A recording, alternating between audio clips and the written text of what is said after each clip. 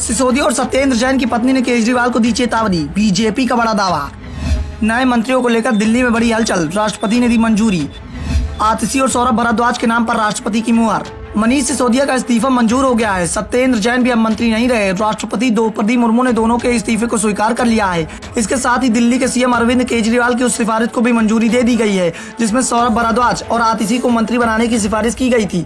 इन दोनों विधायकों को होली के बाद 9 मार्च को मंत्री पद की शपथ दिलाई जाएगी। लेकिन दिल्ली सरकार को 2 नए मंत्री तो मिल गए, लेकिन सरकार की मुश्किलें कम होने का नाम नहीं ले रही। बीजेपी और कांग्रेस लगातार केजरीवाल सरकार को भ्रष्टाचारी बताने का कोई भी मौका नहीं चूक रही। जगह जगह पर केजरीवाल के खिलाफ प्रदर्शन किए जा रहे हैं। दूसरी ओर केजरीवाल इस बात का दावा कर रहे हैं कि दिल्ली में जो लोग काम कर रहे हैं, लगातार मोदी सरकार उन्हें परेशान करने में कोई कसर नहीं छोड़ रही। लेकिन इस बीच बीजेपी सांसद प्रवेश वर्मा ने जो दावा किया, उसने आम आदमी पार्टी को ही परेशान करके रख दिया। अब प्रवेश वर्मा के दावे में कितना सच है और कितना झूठ, ये तो प्रवेश वर्मा और अरविंद केजरीवाल ही जान सकते हैं। फिलहाल बीजेपी सांसद ने जिस बात का दावा किया, हम उसी को आपको बता रहे हैं। प्रवेश वर्मा ने दावा किया कि नए मंत्रियों को लेकर दिल्ली सरकार के बीच में जमकर लड़ाई चल रही है। अपने सोर्सों के हवाले से उन्होंने जानकारी देते हुए कहा कि मनीष सिसोदिया और सत्येंद्र जैन की पत्नी ने मुख्यमंत्री अरविंद केजरीवाल को चेतावनी दी है और कहा है कि नए मंत्री ना बनाए जाएं, दोनों के जेल से बाहर आने का इंतजार किया जाए। वर्मा ने ट्वीट करते हुए लिखा है कि दिल्ली सरकार में नए मंत्री बनाने में झगड़ा बढ़ गया है। सूत्रों के अनुसार श्रीमती सिसोदिया और श्रीमती सत्येंद्र जैन ने केजरीवाल को धमकी दी है। कहा है कि 6 महीने तक दोनों के जेल से बाहर आने का इंतजार करना होगा।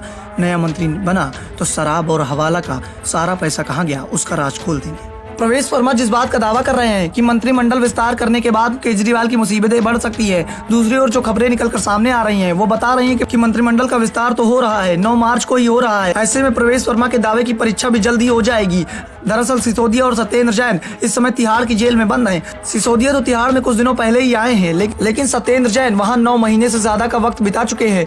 लेकिन उनका इस्तीफा अब स्वीकार हुआ है, क्योंकि सत्येंद्र जैन ने अभी तक इस्तीफा दिया ही नहीं था। सिसोदिया ने जरूर सीबीआई की गिरफ्त में पहुंचते ही इस्तीफा दे दिया था। सिसोदिया के पास जो भी विभाग थे, उन्हें मौजूदा मंत्री कैलाश गहलोत और राजकुमार आनंद के बीच बांट दिए गए थे। ऐसे में अब नए मंत्रियों के बनने के बाद इसमें से अधिकांश विभाग सौरभ भारद्वाज और आतिशी के बीच बंट जाएंगे। दूसरी ओर सिसोदिया कब तक छूटेंगे, इस पर सवाल है। 10 मार्च को उनकी जमानत याचिका पर सुनवाई होनी है, लेकिन इस बीच सिसोदिया पर ईडी का शिकंजा कसता दिखाई दे रहा है। ईडी ने तिहाड़ के अंदर ही सिसोदिया से पूछताछ शुरू कर दी है। कोर्ट के आदेश पर ईडी सिसोदिया से पूछताछ कर रही है और ईडी की ओर से जो संकेत निकलकर सामने आ रहे हैं, उसमें साफ साफ इस बात का अंदाजा लगाया जा सकता है कि सीबीआई के बाद ईडी भी सिसोदिया को गिरफ्तार कर सकती है। शराब मामले में मनी लॉन्ड्रिंग का एंगल भी शामिल हो चुका है और इसकी जांच ईडी कर रही है। इस बीच आपका दावा है कि मनीष सिसोदिया से ईडी ने कोई नया सवाल नहीं पूछा है।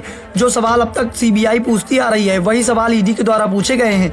ईडी ने मनीष सिसोदिया के सामने कोई सबूत नहीं रखा। आपका दावा है कि मनीष सिसोदिया जल्द ही छूट जाएंगे। दूसरी ओर बीजेपी और कांग्रेस इस बात का दावा कर रही है कि सिसोदिया पर जो आरोप लगे हैं वो बिल्कुल सच हैं, सबूत सबके सामने हैं। उसमें साफ है कि सिसोदिया को ना तो जमानत जल्दी मिलेगी और ना ही इस केस से वो बरी हो पाएंगे। सिसोदिया को सजा जरूर मिलेगी और उन्हें लंबा वक्त तिहाड़ जेल में काटना ही होगा।